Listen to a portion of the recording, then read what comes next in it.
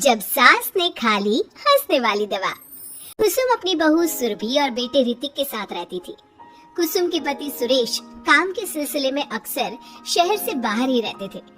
एक दिन वो अपने घर आए और कुसुम के लिए बहुत सारी दवा लेकर आए। भाग्यवान, कहाँ हो तुम? अरे आ गए आप। इस बार बहुत दिनों में आए और मैंने आपको जो घुटनों के दर्द की दवाई लाने के लिए कहा था वो तो लाए हैं ना आप? हाँ हाँ, तुमने जो भी कहा था वो सारी चीजें ले आया हूँ। बस अब एक गिलास पानी तो पिला दो। सुरभि, सुरभि, एक गिलास पानी तो लाना। सुरभि जल्दी से पानी लेकर आती है। सुरेश सुरभि के सर पर हाथ रखता है और उसका हालचाल पूछता है। बहू, ये तुम्हारी सास के लिए मैं कुछ दवाई लाया था, तुम देख लो ये दवा। तुम्हारी सास तो है भुलक्कड़, किसी और दवाई की जगह कोई और दवाई खा लेगी तो लेने के देने पड़ जाएंगे। सुरेश एक एक करके सुरभि को दवाई बताने लगा। देखो, ये घुटने के दर्द की दवा है, ये घुटनों के दर्द के लिए मालिश का तेल है, रोज रात को मालिश करनी है इससे। ये बीपी की दवा और ये कमर दर्द की। एक दवाई की शीशी हाथ में लेकर कहते हैं, लेकिन ये दवाई किस चीज की है? लगता है मेडिकल वाले ने गलती से दे दिया।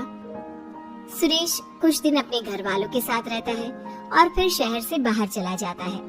सुरभि रोज अपनी सास को दवाई दे देती है, लेकिन एक दिन वो घर के काम में बहुत व्यस्त होती है और अपनी सास को दवाई देना भूल जाती है। लगता है सुरभि को आज बहुत ज्यादा काम है। चलो कोई बात नहीं, मैं खुद ही दवा ले लेती हूँ। अरे वाह, ये दवाई तो बहुत स्वादिष्ट है, थोड़ी सी और पी लेती हूँ। इस तरह कुसुम थोड़ी थोड़ी करके हंसने वाली दवाई की पूरी बोतल ही पी लेती है। माँ जी, आज मेरे मायके वाले आ रहे हैं, भैया का फोन आया था। क्या कहा, मायके वाले? अरे तो तू यहाँ क्यों खड़ी है? खाने में कुछ अच्छा सा बना ले। माँ जी, आप इतना हंस क्यों रही हो? आप मेरे मायके वालों का मजाक तो नहीं बना रही हो ना? नहीं नहीं नहीं, मैं कहाँ मजाक बना रही हूँ। मैं तो बस बता रही हूँ। माँ जी, आप झूठ भी बोलती हैं, आप अभी तो हंस रही थी। कुसुम हंसती ही रहती है। सुरभि वहाँ से चली जाती है और खाने की तैयारी में लग जाती है। थोड़ी देर बाद सुरभि का भाई और सुरभि की माँ आते हैं। कुसुम उन्हें अंदर बिठाती है और अपनी सास को बुला लाती है। समधन जी, कैसी हैं आप? मैं तो ठीक हूँ। आप बताइए, आप कैसे हैं? आंटी जी, आप इतना हंस क्यों रही हो? मैं कहाँ हंस रही हूँ बेटा। जब कुसुम लगातार हंसी जा रही थी तो उन्हें इंसल्ट फील हुई और वे वहाँ से जाने लगे। अच्छा बहन जी, हम चलते हैं। आपकी मेहमान नवाजी का बहुत बहुत शुक्रिया। सुरभि की माँ जा ही रही थी, तभी उसका पैर फिसल गया और वो बहुत तेज गिरी। माँ, आप ठीक तो है? अरे बहन जी, आप ठीक तो है? आपको चोट तो नहीं लगी ना? आप मुझसे पूछ रही हैं या मेरा मजाक उड़ा रही हैं? बहन जी, पहले तो आप इतनी बदतमीज नहीं थी, लेकिन अब क्या हो गया है आपको? माँ, आप ठीक तो है ना? अंदर चलिए, मेरे कमरे में आराम कर लीजिए। नहीं सुरभि, हम जा रहे हैं। हमें अपना मजाक और उड़वाने का शौक नहीं है। और सुरभि, तुम अपनी सास का इलाज कराओ। इस तरह सुरभि के मायके वाले चले गए तो सुरभि का गुस्सा चौथे आसमान पर था। उसने अपनी सास से कहा, माँ जी, आपने मेरे भाई और मेरी माँ के साथ ऐसा क्यों किया? अगर आपको उनका यहाँ आना अच्छा नहीं लगा तो आप मुझसे बोल देती। इस तरह उनकी इंसल्ट करने की क्या जरूरत थी? नहीं बहू, मैंने कुछ नहीं किया। अरे भला मुझे क्या पड़ी है जो तेरे घर वालों का मजाक उड़ाऊंगी? देखिए देखिए माँ जी, आप अब भी हंस रही है। आपसे तो बात करना ही बेकार है। सुरभि वहाँ से चली जाती है। अगली सुबह सुरभि को बहुत तेज बुखार हो जाता है और कुसुम उसे आवाज लगाती हुई उसके कमरे में जाती है। सुरभि, सुरभि, क्या हुआ? अभी तक सो रही हो तुम? हो गया? माँ जी, मुझे बहुत तेज बुखार आ रहा है। अच्छा ठीक है, ऋतिक को बुलाती हूँ। माँ जी, मुझे बुखार आ रहा है और आप हंस रही हैं। अरे नहीं बहू, मैं कहाँ हंस रही हूँ। वो तो मेरी हंसी रुक ही नहीं रही है। माँ जी, जब आपकी तबीयत खराब होती है तो मैं आपका कितना ख्याल रखती हूँ और आप मुझ पर हंस रही हो। चले जाओ आप यहाँ से। बहू सुन तो सही। नहीं माँ जी, आप जाओ यहाँ से। अब तो आपके बेटे ही आपसे बात करेंगे और मैं पापा जी को भी बताऊंगी कि आजकल आप क्या कर रही हैं।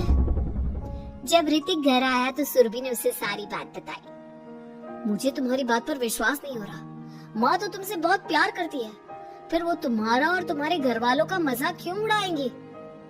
खैर अभी छोड़ो इस बात को, अभी तो तुम मेरे साथ चलो, तुम्हारी दवाई ले आते हैं। कुछ दिन में सुरभि ठीक हो गई। एक दिन ऋतिक को पता चला कि उसके मौसी के बेटे राहुल की तबीयत बहुत खराब है, तो वो अपनी माँ और पत्नी को लेकर हॉस्पिटल पहुंचा।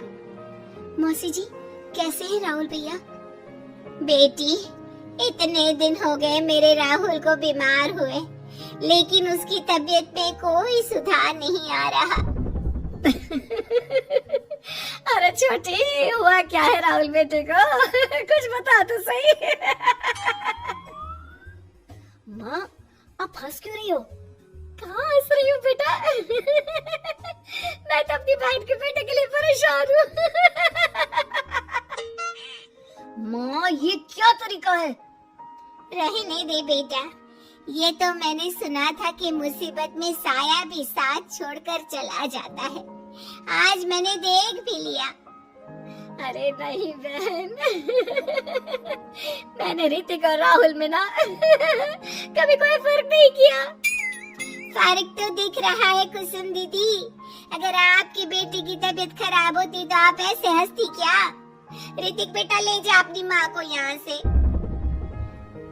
ऋतिक बहुत गुस्से में अपनी माँ से बात करने लगा, लेकिन कुसुम तो सिर्फ हंसे ही जा रही थी। ऋतिक ने अपने पापा को फोन करके बुलाया और उन्हें सारी बात बता दी। बेटा, तेरी माँ तो अपने घर वालों से बहुत प्यार करती है और वो बहुत समझदार है। वो ऐसी हरकत कभी नहीं कर सकती। जरूर कोई ना कोई बात है। कल मैं उसे डॉक्टर के पास ले जाऊंगा। शाम को खाना खाने के बाद सुरभि कुसुम को दवाई देने के लिए गई तो उसने देखा कि दवाई की वो बोतल तो बिल्कुल खाली थी जो सुरेश गलती से ले आया था। सुरभि ने वो बोतल सबको दिखाई। अरे, ये दवाई तो गलती से आ गई थी और मुझे तो पता भी नहीं कि ये किस मर्ज की दवाई है। कुसुम, क्या तुमने ये दवाई पी थी? हाँ जी, एक दिन जब वो काम में लगी थी ना तो मैंने ये दवाई पी कर देखी थी। मुझे दवाई बहुत स्वादिष्ट लगी तो मैंने सारी पी ली। माँ, आपको दवाई स्वादिष्ट लगी? अरे आप भी बच्चों जैसी बात करती हो। ऐसे कोई भी दवाई नहीं पीनी चाहिए, इससे कोई बड़ा नुकसान भी हो सकता है। मैं अभी डॉक्टर से पूछ कर आता हूँ। ऋतिक डॉक्टर के पास गया और कुछ देर में वापस घर आकर सबको बताया। माँ ने जो ये दवाई खाई है ना, ये हंसने वाली दवाई है और माँ ने एक साथ बहुत मात्रा में दवाई खाई है तो इसका असर थोड़े समय तक तो रहेगा। उसके बाद माँ बिल्कुल ठीक हो जाएगी। अच्छा हुआ जो तू डॉक्टर से पूछ कर आया, नहीं तो हंसते हंसते मेरा पेट ही दुख गया है। तुम जब तक पूरी तरह ठीक नहीं हो जाते घर पर ही रहना और घर पर कोई मेहमान आए तो उससे बात मत करना। आप ठीक कह रहे हो, मैं ऐसा ही करूंगी। अब मैं बिल्कुल हंसूंगी। कुसुम की बात सुनकर सभी हंस पड़े।